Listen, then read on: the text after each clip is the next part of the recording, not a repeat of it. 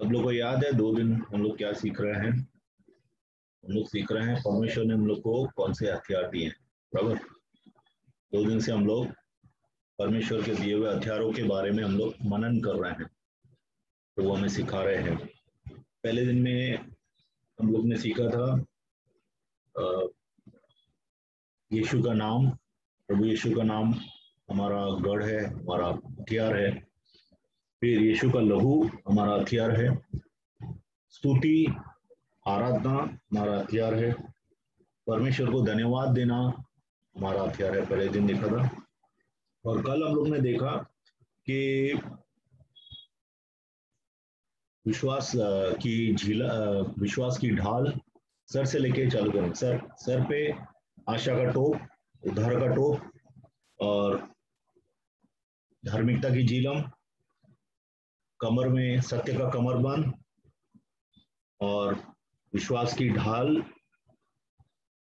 परमेश्वर का वचन जो हमारी तलवार है, आत्मा की तलवार, और पैरों में सुसमाचार के जूते, ये हमें पहन के हमेशा रखने हैं। ठीक है, कभी भी देखिए अपने हथियार जो है, खास करके इफिशियन 6 में जो दिया गया है, 6 का हम लोग ने 18 तक देखा था। तो उसमें जो है अलग अलग जो हथियार हैं वो हमें पहन के रखना है हमेशा, कभी भी उतारने नहीं है, हमेशा पहन के रखना है। मतलब कि ये ऐसे गुण हैं जो हमें धारण करके रखने हैं अपने जीवन में, ताकि हम परमेश्वर की धार्मिकता में चलते रहें और परमेश्वर की सुरक्षा में चलते रहें। परमेश्वर की सुरक्षा हमारे ऊपर तब तक रहती है जब हम परमेश्वर के साथ पूरी तरह से, देखिए सुरक्षा तो वैसे भी रहती ही है परमेश्वर, लेकिन क्या है कि परमेश्वर के लिए मार्गों को सीधा करना, इसका मतलब क्या है कि बहुत सी चीजें जो है अपने हमारे आत्मा में धारण करना जरूरी है, ताकि परमेश्वर की सुरक्षा में हम बने रहें। नहीं तो कितनी बार हम परमेश्वर की सुरक्षा से बाहर जाते हैं। अभी कुछ मैं आपको जो हथियार बता रहा हूँ वो बहुत ही कितने लोग शायद नहीं मानेंगे, क्योंकि छुटकारे में हम लोग को काम आते हैं। सब लोग जो भी छुटकारे की सेवा करते हैं तो छुटकारे में ये काम आते हैं। जैसे कि भजन संहिता 17:13 निकालिए। भजन संहिता 17:13।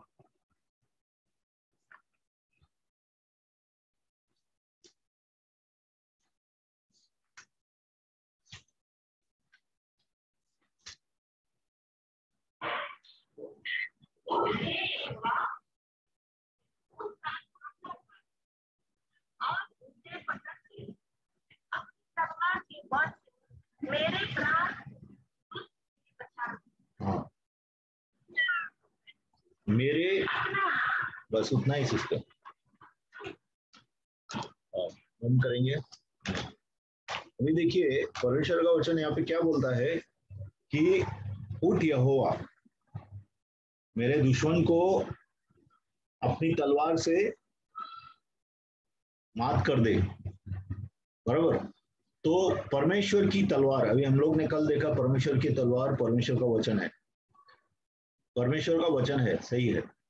लेकिन आपको मालूम है कि स्वर्गदूतों को भी हथियार रहते हैं, स्वर्गदूतों को भाले रहते हैं, स्वर्गदूतों को तलवारें रहती हैं, स्वर्गदूत बहुत से हथियार लेके घूमते हैं। ठीक है, अभी हम लोग एक चीज देखेंगे, कोलोसियों की पत्री भी निकालिए सिस्टम। कोलोसिया होगा या फिलिपियन होगा, दोनों में से एक होगा। कोलोसियन दूसरा चैप्टर, दूसरा अध्याय निकालिए।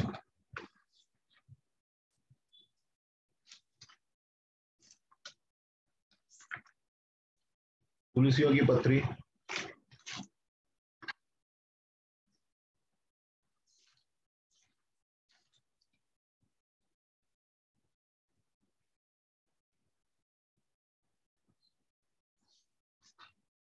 सिस्टर पहुंच गए? हाँ, 2:15 देखिए।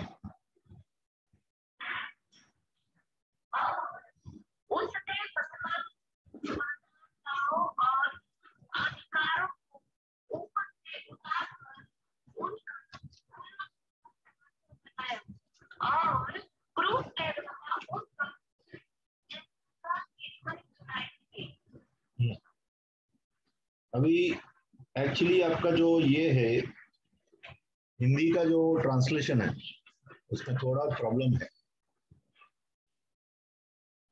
यहाँ पे क्या बोलता है, अगर आप इंग्लिश में पढ़ेंगे, मैं पढ़ के फिर उसको तर्जमा करके बताता हूँ। कोलोसियों 2:15 में बताता है, having disarmed principalities and powers, he made a public spectacle of them, triumphing over them in it. मतलब कि प्रभु ने जो शत्रुओं को, दुष्ट आत्माओं को भी हथियार थे, जो भी प्रधान है, अधिकारी है, अंधकार के हाकिम है, सेनाएं हैं, अंधकार की सेनाएं हैं, उनके हाथ में भी हथियार थे। उनके पास बहुत से हथियार थे, लेकिन उनका पूरे हथियार जो है निकाल दिए हैं। उनके हथियार उसके हाथों से निकाल दिए। आज हम लोग अधिपति को, बहुत लोगों को हथियारों के साथ देखते हैं, लेकिन वो हथियार है ही नहीं। वो हथियार हमारे खिलाफ नहीं उपयोग कर सकते हैं, ठीक है। लेकिन स्वर्गदूतों को हथियार हैं। मैं आपको एक टेस्टिमनी बताता हूँ। एक लड़के के लिए मैं प्रार्थना कर रहा था, तो प्रार्थना कर रहा था तो बहुत डर गया वो, एकदम अजीब तरीके से मुझे देख रहा था। मतलब छुटकारे के लिए मैं प्रार्थना कर रहा था, और जब हो गया, हम लोग का प्रार्थना कंप्लीट हो गया, उसका छुटकारा हुआ, तो मैंने पूछा, आप ऐसे क्यों कर रहे थे, आप ऐसे देख क्यों रहे थे? बोलता है, ब्रदर आप जब भी बोल रहे थे ना दुष्ट आत्मा को निकलने के लिए मेरा अंदर से, तो मुझे आत्मा में दिखाई दे रहा था कि आपके पीछे बहुत से स्वर्गदूत खड़े हैं भाला लेके, ठीक है, भाला लेके। मुझे नहीं मालूम है, वो लड़का गिफ्टेड है, प्रभु उसको दिखाता है आत्मा में भी। तो उसने बोला भाले लेके खड़े थे, स्वर्गदूत भाले लेके खड़े थे। तो इसका मतलब क्या है कि बहुत से आत्मिक हथियार हैं जो स्वर्गदूत इस्तेमाल करते हैं। उसी में एक तलवार है, याहवे की तलवार, ठीक है, परमेश्वर की तलवार। तो यहाँ पे दाऊद क्या बोल रहा है कि प्रभु पिता, तू अपनी तलवार को इस्तेमाल कर और इन दुष्ट ताकतों को हटा दे, ठीक है। एक जगह देखा है, बहुत सी जगह है एक्चुअली, कितना बार एक रात के अंदर समझो 5 राजा इकट्ठे होके लड़ने आए थे इजराइल के खिलाफ। रात में, एक रात के अंदर कम से कम 1.5 लाख लोगों को मार गिराया स्वर्गदूत ने तलवार के साथ। तो याहवे की तलवार, मतलब परमेश्वर की तलवार भी हम लोग कितना बार रिलीज कर सकते हैं, ठीक है। कुछ लोग समझेंगे क्या बोल रहा है, सटक गया लगता ऐसा नहीं है, आप इस्तेमाल करके देखो। आप जब भी छुटकारे का प्रेयर करते हैं, प्रार्थना करते हैं लोगों को, तभी आप परमेश्वर से मांगो कि प्रभु अपनी तलवार के साथ इन दुष्ट आत्माओं को निकाल। तो सच में तलवार वहां पे प्रभु भेजते हैं, स्वर्गदूत तलवार के द्वारा उन दुष्ट आत्माओं को निकालते हैं। जो आप बोलते हैं स्वर्गदूत करते हैं, अगर विश्वास करेंगे तो। विश्वास नहीं करेंगे तो वो नहीं होगा, क्योंकि बिना विश्वास के हम परमेश्वर को खुश नहीं कर सकते हैं। मतलब परमेश्वर काम कैसा करेगा? परमेश्वर आपको दिखाई नहीं दे रहा है, बराबर। परमेश्वर का वचन में जो लिखा है वो आप मानते हैं, भले आप दिखाई दे या ना दे, वो होता है। देखो, एक और उदाहरण देता हूं मैं आपको। छुटकारे में जो कुछ हुए चीजें, जिससे हम लोग को समझ में आती है क्या हो रहा है। एक बार हम लोग रात्रि का, पूर्ण रात्रि का सभा था, मतलब प्रार्थना थी। तो प्रार्थना के पहले कुछ लोग आए थे, कुछ लोग कितना बार छुटकारे के लिए आते हैं। तो मैं एक को प्रार्थना कर रहा था छुटकारे के लिए, तो उसके मुंह से दुष्ट आत्मा क्या बोल रहा था, ये क्यों बार बार बोल रहे हैं, मैं अकेला हूं, अभी मैं ही बोल रहा था। तो दुष्ट आत्मा उसके मुंह से बोल रहा है, ये क्यों बार बार बोल रहे हैं। तो मैंने उससे पूछा कि कौन बोल रहे हैं। तो बोलता है सफेद कपड़े में यहाँ पे लोग खड़े हैं, मतलब स्वर्गदूत सफेद कपड़े पहनते हैं, बराबर। स्वर्गदूत आए हैं, और मैं जब बोल रहा हूँ निकल जा, तो वो सब लोग बोलती है, वो लोग भी बोलते हैं निकल जा यीशु के नाम से। आप समझ रहे, मतलब आपका जबान के अंदर प्रभु ने जो सामर्थ दिया है, जब आप बोलते हैं तो स्वर्गदूत भी वही काम करते हैं। तो आप विश्वास करेंगे तो होगा ना।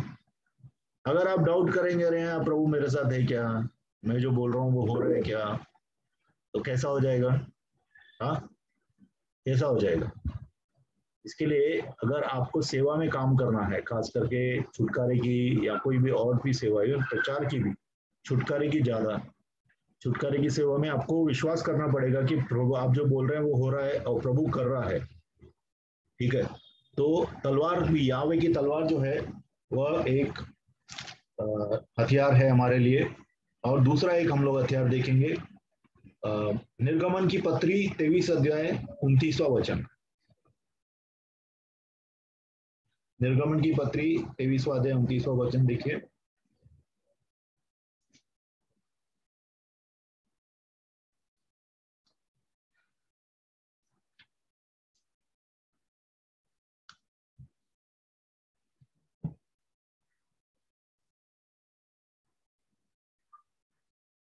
एक मिनट,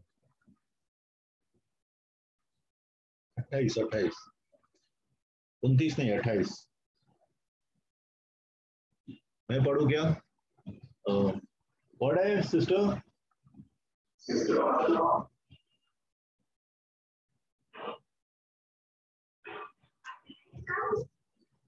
28 नहीं, 23 का 28।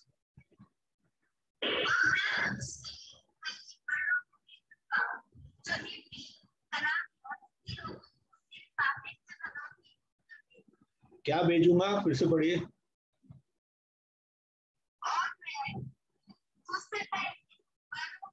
हाँ, बर्रो क्या है? बर्रो जो है हिंदी में है, इंग्लिश में हॉर्नेट। हॉर्नेट मतलब मधुमक्खियां रहती है ना, मधुमक्खियां, उसको हॉर्नेट बोलते हैं इंग्लिश में। तो कितना बार आत्मिक मधुमक्खियां परमेश्वर भेजता है दुष्ट आत्माओं को निकालने के लिए। ठीक है, जैसे यहाँ पे लिखा है, और भी जगह है, एक ही जगह नहीं लिखा है। आप व्यवस्था विवरण निकालिए 7:20।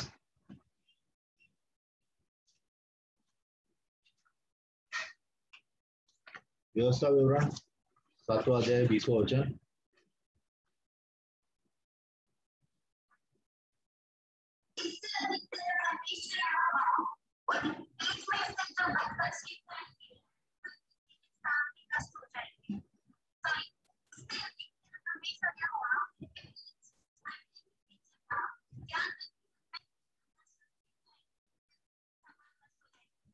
भर्रे, भर्रे मतलब क्या? भर्रे का मतलब है, जैसा हॉर्नेट इंग्लिश में बोलते हैं, भर्रे का मतलब है मधुमक्खियां। परमेश्वर कितना बार आत्मिक, देखो हम लोग को कुछ चीजें समझने की जरूरत है।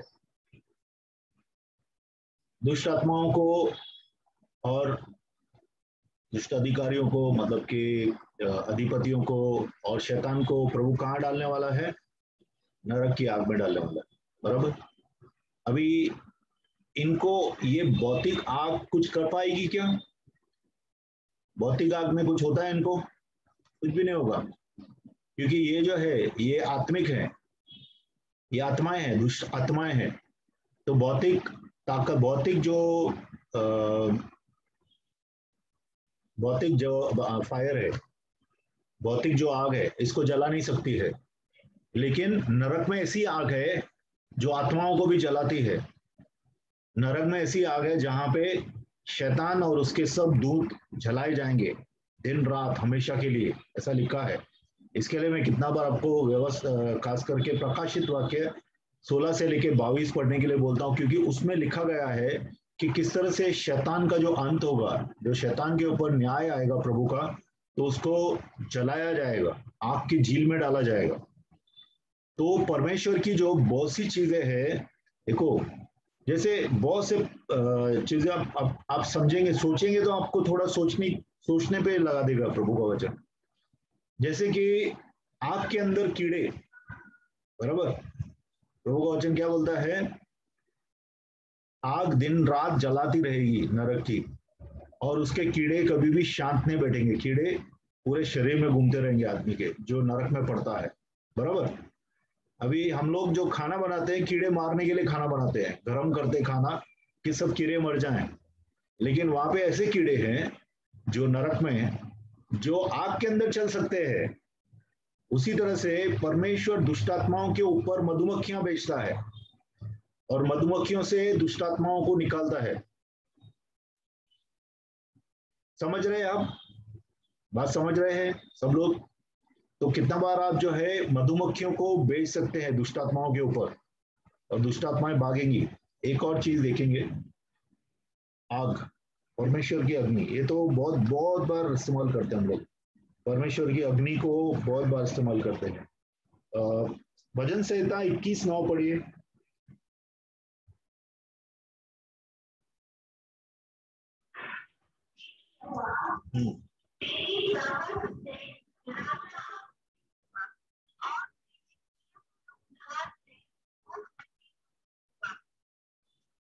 ये लिखा है क्या?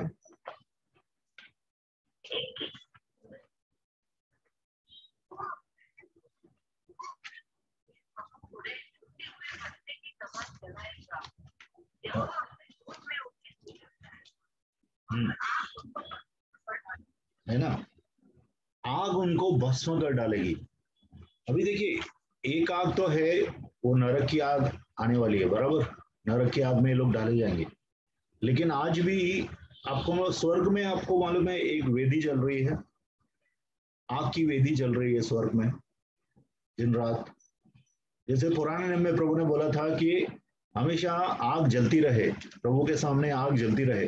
बराबर, लिखा था कि नहीं, अग्नि जलती रहे। तो क्या होता है जब आप, खास करके छुटकारे में बोल रहा हूं मैं आपको, जब आप छुटकारे में किसी को बोलते हैं प्रभु तेरी अग्नि को मैं रिलीज करता हूं, आप इस्तेमाल करके देखिए।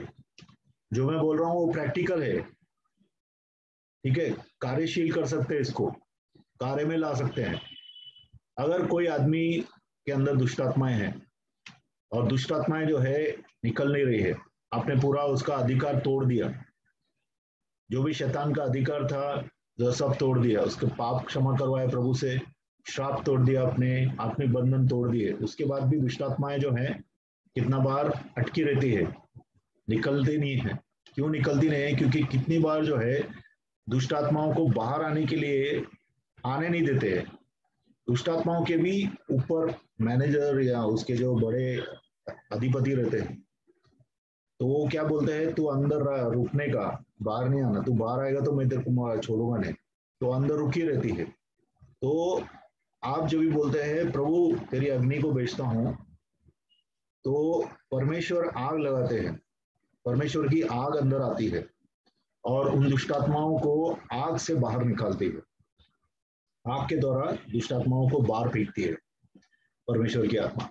अभी देखिए, ये ऐसा ही नहीं बोल रहा हूं मैं, हम लोग जगह नहीं बताता हूँ, एक जगह हम लोग गए थे, ठीक है, और हम लोग एक बहन, मतलब एक परिवार ने हम लोग को खाने के पे बुलाया था, रात को सेवा के लिए गए थे, खाने के लिए बुलाया था। तो मैं दूसरी बार जा रहा था उस जगह पे, पहले भी कभी गया था, इंडिया महाराष्ट्र के बाहर है।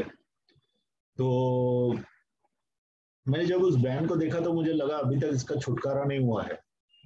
मैंने जैसे उसको पूछा कैसा लग रहा है आपको, छुटकारा नहीं है आपको, तो सब आत्माएं जो है प्रकट होना चालू हो गई उसके अंदर से। तो प्रकट होना चालू हो गई और बाकी सब लोग थके हुए थे, पूरा दिन हम लोग ने सेवा किया था। तो खास करके छुटकारे की सेवा में बहुत थकान होती है, बहुत ज्यादा थकान होती है। तो सब सो रहे थे, नींद आ रही थी उनको, बहुत थक गए थे। लेकिन उसका पति बैठा था और मैं भी, मेरे को तो चौकन्ना रहना ही है, चौकन, क्योंकि प्रार्थना नहीं तो कैसा करूंगा। तो मैंने पूछा उससे कितने लोग हैं तुम लोग, बोला बहुत है हम लोग। बोला कितने हैं? बोला 500 से ज्यादा है। बोला 500 से ज्यादा है। तो सब उसको स्वीकार कराया हम लोग ने, ठीक है, पाप का स्वीकार ही कराए, पूरा कबूली कराई।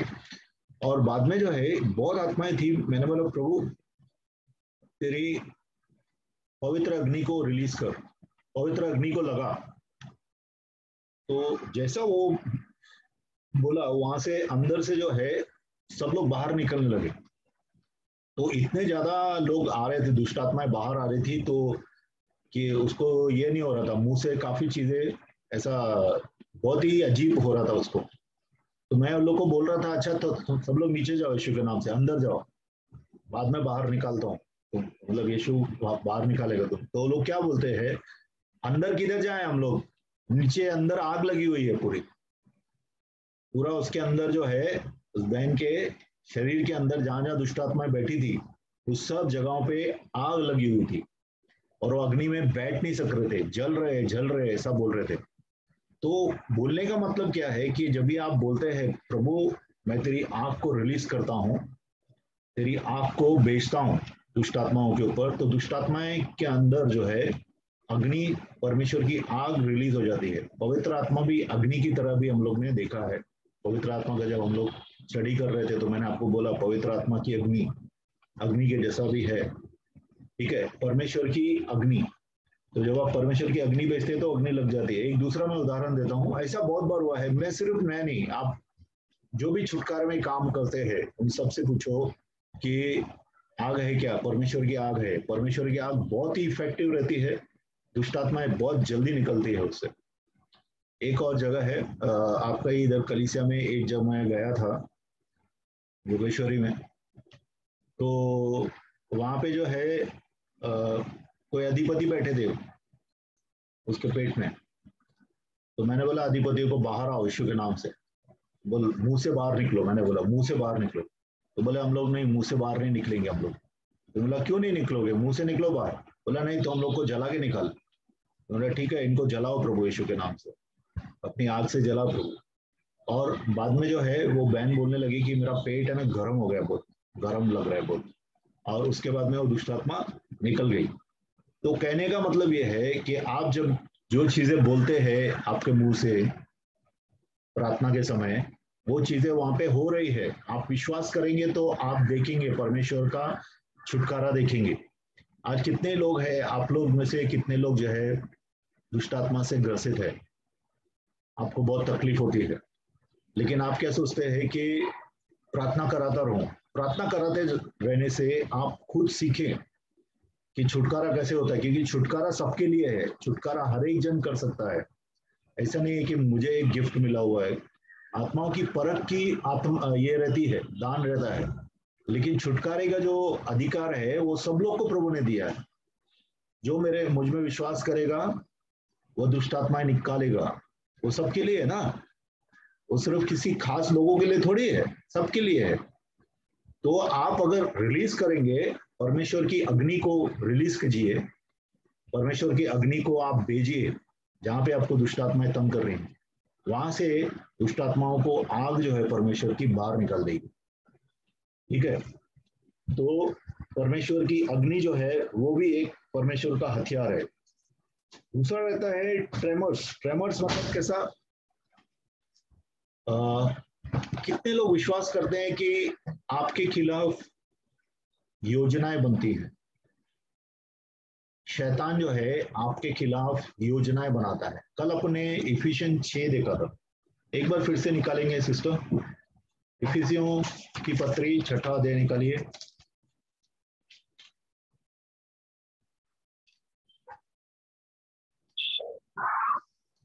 आगे, हाँ अभी 16 पढ़िए।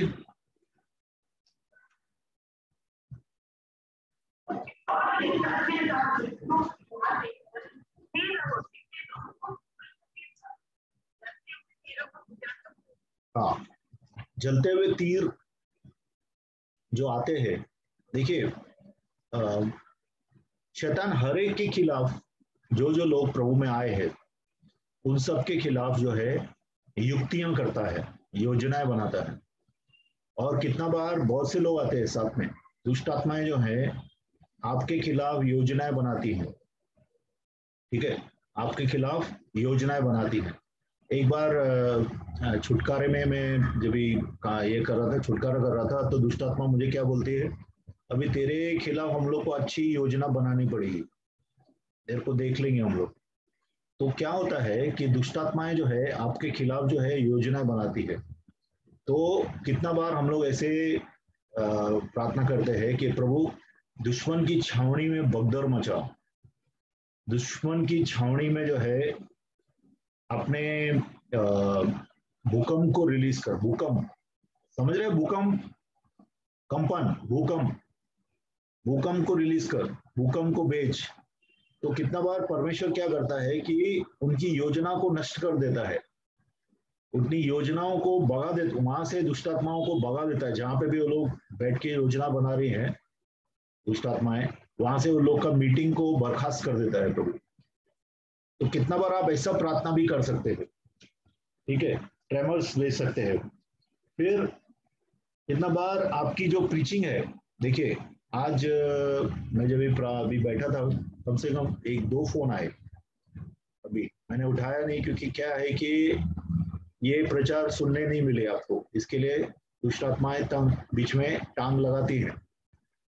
बहुत सी जगह जो है आप छुटकारे के लिए जाएंगे तो बहुत सी चीजें आपके साथ होने की कोशिश करने की कोशिश करती है। प्रचार जो है, प्रचार करना, दूसरों को सिखाना प्रभु के वचन से, ये भी एक हथियार है। क्योंकि देखो आप शिक्षा देते हैं जब भी, तो लोगों को समझ में आती है बातें और लोग इस्तेमाल करते हैं। वे मिलिट्री के कैंप है, जैसे अपने इंडिया है या कोई भी पूरे दुनिया में जहां जहां मिलिट्री के लोग मिलते हैं, जहां जहां फौज के लोग मिलते हैं, तो फौजी क्या करते हैं, सब फौजी बड़े जो फौजी रहते हैं वो लोग मिलके प्लानिंग करते हैं और लोग सिखाते हैं, ट्रेन करते हैं। उसी तरह से परमेश्वर की जो प्रीचिंग है, उपदेश है या सुसमाचार बांटना है, ये सब भी हथियार है।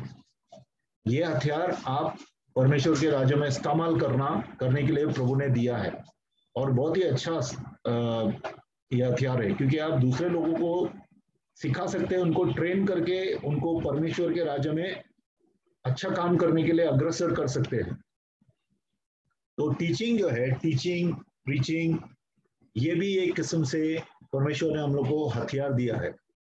और टेस्टिमनी, हमारी गवाही भी हमारा हथियार है।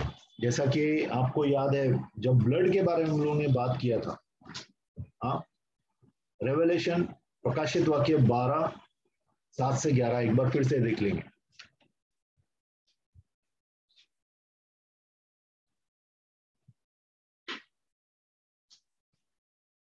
Just give me my note.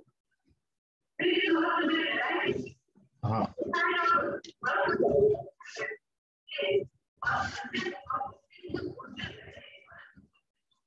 हाँ, हाँ,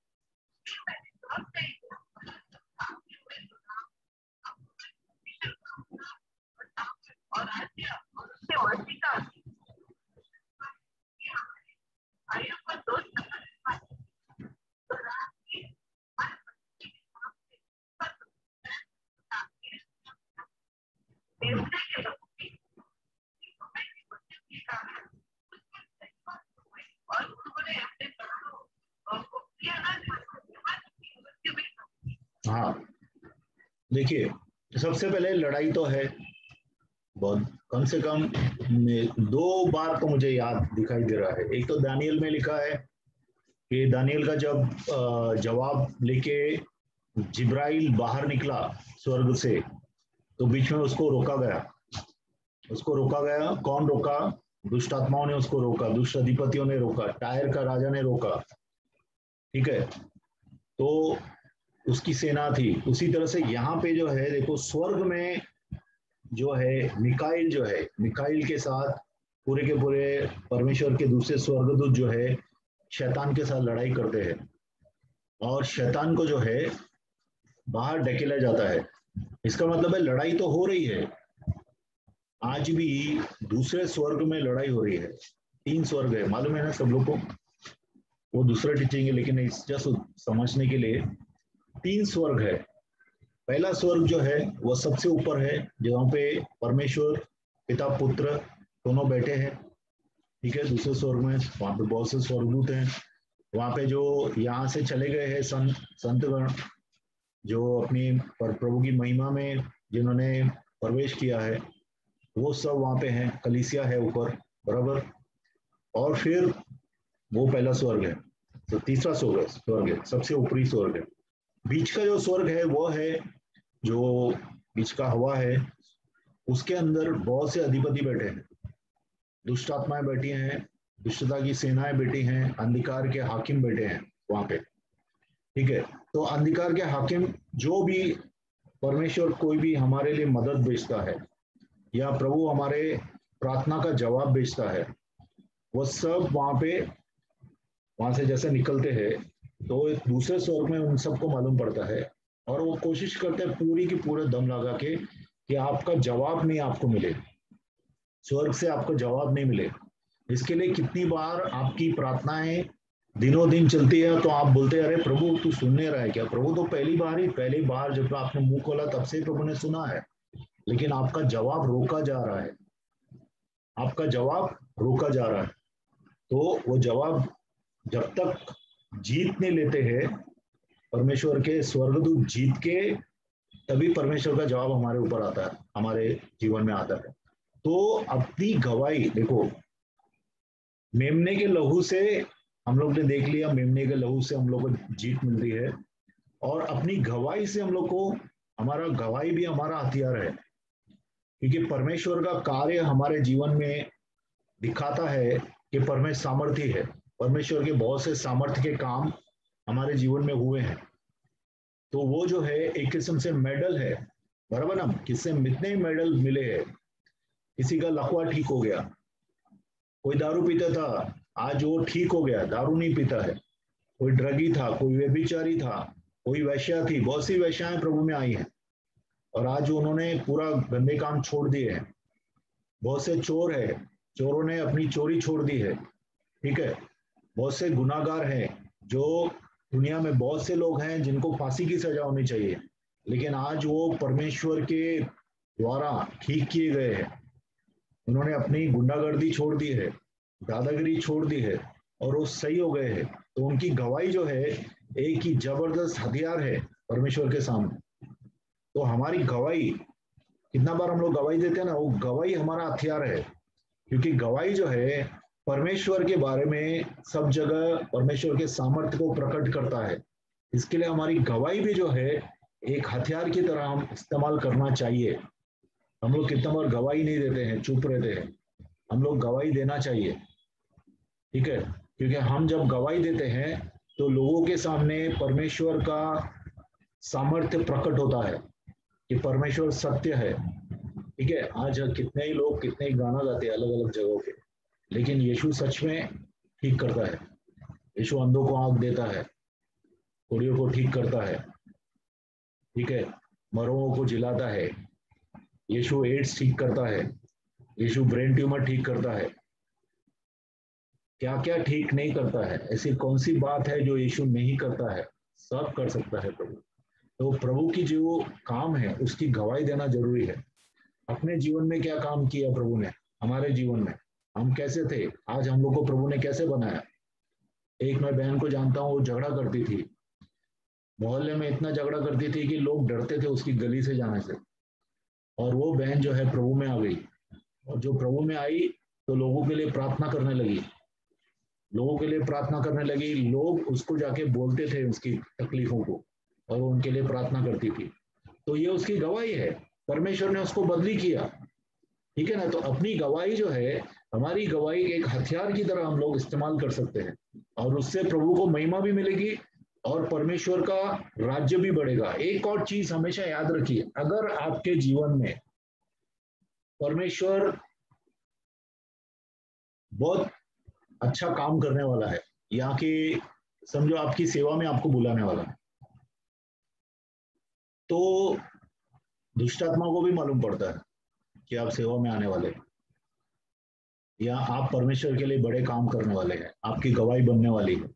तो वहां पे दुष्ट आत्माएं जो है, कैसे मालूम पड़ता है दुष्ट आत्माओं को? दुष्ट आत्मा तो अंतर्यामी नहीं है ना, प्रभु यीशु अंतर्यामी है, प्रभु सब जानते हैं, अंदर क्या है हमारे दिल में वो भी जानते हैं। परमेश्वर सब कुछ जानने वाले परमेश्वर है। ठीक है, तो जो हमारे जीवन में होने वाला है, ठीक है, जो हमारे जीवन में होने वाला है उसका सामान जो है, देखो जैसा आप सेवा में आए हैं, समझो आपको प्रभु ने सेवा में बुलाया, तो कितने ही स्वर्गदूत आपके लिए बहुत सी चीजें लेके आ रहे हैं, और ये जो दुष्टात्माएं वो देख रही है, दुष्टात्मा के सामने जाते हैं ना, तो दुष्टात्माएं सोचने लगती है, अरे ये प्रकाश भाई के लिए इतना सामान लेके जा रहे हैं ये दुष्टात्माएं, क्या हो रहा है, क्या करने वाला है। तो वो क्या करते हैं, अभी पूरी तरह से समझ में नहीं आ रहा है, लेकिन जो आजू बाजू में इर्द गिर्द काम हो रहे हैं, आपके स्वर्गदूत आपके लिए काम कर रहे हैं, वो देख रही है दुष्टात्माएं, तो दुष्टात्माएं विरोध में आती हैं आपके। कितने ही लोगों को, कितने ही प्रचारों को, कितने ही छुटकारा करने वाले लोगों के लिए भी, जो जैसा जो जो आपकी गिफ्ट है, जैसा जैसा आपका काम है प्रभु के राज्य में, ठीक है, उसको रोकने के लिए कितना बार दुष्टात्माएं आपको मारने की क्यों कोशिश करेंगी। क्योंकि शैतान जो है ना, उड़ते हुए जहाज को उड़ाने में विश्वास नहीं करता है, जहाज उड़ने से पहले ही उसको उड़ा देने का ऐसा उसका दिमाग में है। तो कितना बार आपके जीवन में अगर परमेश्वर काम करने वाला है, परमेश्वर आपको इस्तेमाल करने वाला है, तो दुष्टात्माएं जो है हो सकता है आपके जान के पीछे भी पड़े, ज्यादातर पड़ती है। बहुत से परमेश्वर के दास हैं जो मौत से बच जाते हैं, मौत से बच के बाहर निकलते हैं। क्यों? क्योंकि उनके ऊपर बुलाहट है। जिनके ऊपर बुलाहट है उसके खिलाफ शैतान की आत्माएं भी आती हैं, क्योंकि बुलाहट है तो फिर शैतान का नाश करने के लिए है ना। क्योंकि आप जो भी करते हैं तो शैतान का राज्य कम हो जाता है ना उससे, तो शैतान का राज्य टूटे नहीं, इसके लिए शैतान पहले ही कोशिश करता है उनको नीचे गिराने के लिए। ठीक है, तो ऐसे अलग अलग परमेश्वर ने हम लोग को हथियार दिए हैं। मैंने आपको कौन से हथियार बताए, अभी एक बार फिर से तुम देख लेंगे। परमेश्वर का यीशु मसीह का नाम, हर एक बात में यीशु मसीह का नाम, हर एक लड़ाई में, हर एक प्रार्थना में, हर एक प्रार्थना हमारी यीशु मसीह के नाम से होती है। यीशु मसीह का नाम जो है ना, प्रभु का नाम है मजबूत इमारत, name of the Lord is strong tower, बराबर, जिसमें हम सुरक्षित हैं। तो परमेश्वर का नाम, यीशु मसीह का नाम सबसे पहला हथियार है। दूसरा, यीशु का लहू, यीशु का लहू जो शैतान के सब अधिकारों को हमारे ऊपर से तोड़ता है। और दूसरा हथियार है। तीसरा, प्रभु की स्तुति। प्रभु की स्तुति में परमेश्वर उपस्थित, परमेश्वर की स्तुति में परमेश्वर वास करते हैं। अपने लोगों के द्वारा जो प्रभु की स्तुति होती है तो परमेश्वर की उपस्थिति हमारे बीच में उतरती है। फिर आराधना, जब आप परमेश्वर की आराधना करते हैं तो स्वर्ग आपके इर्द गिर्द आके जमा हो जाता है। कितना बार आराधना में ऐसा देखा गया है कि स्वर्गदूतों ने आके हमारे साथ आराधना किया है। स्वर्गदूत बड़े आवाज के साथ आराधना करते हैं। कितना बार कलीसिया जब जमा होती है तो, ठीक है, धन्यवाद, धन्यवाद करना भी एक हथियार है। पूरी दुनिया कुड़कुड़ाती है, परमेश्वर के रोज भी लोग भी कुड़कुड़ाते हैं। कितने जगह पे धन्यवाद नहीं देने के कारण हम लोग को परमेश्वर से मदद नहीं आती है, क्योंकि स्वर्गदूत बोलते हैं अरे प्रभु क्यों जाऊं मैं उसके पास, वो हमेशा कुड़कुड़ाता है, तूने इतना काम किया फिर भी आज भी कंप्लेन करता है, कंप्लेन बॉक्स है, मैं उधर नहीं जाऊंगा। तो धन्यवाद करने से आप परमेश्वर के मार्ग को खुला करते हैं, परमेश्वर आपको मदद करे। ठीक है, फिर हम लोग ने 6 अलग अलग हथियार देखे, सर पे टोप और आशा का टोप, धार्मिकता की झीलम और वगैरह वगैरह 6। उसके बाद में प्रार्थना। प्रार्थना बैलिस्टिक मिसाइल से भी ज्यादा खतरनाक है, मतलब कि दूर दूर मार कर सकते हैं। आप इधर बैठ के अमेरिका में बैठे हुए लोगों को, या अगर आप महाराष्ट्र में हैं, आप अपने गांव में, यूपी में है, बिहार में, किसी के लोगों के लिए भी प्रार्थना कर सकते हैं। और प्रार्थना के द्वारा परमेश्वर वहां पे मदद भेजते हैं, परमेश्वर आपकी प्रार्थना को पूरा करते हैं। तो प्रार्थना जो है, अलग अलग किस्म की प्रार्थना रहती है।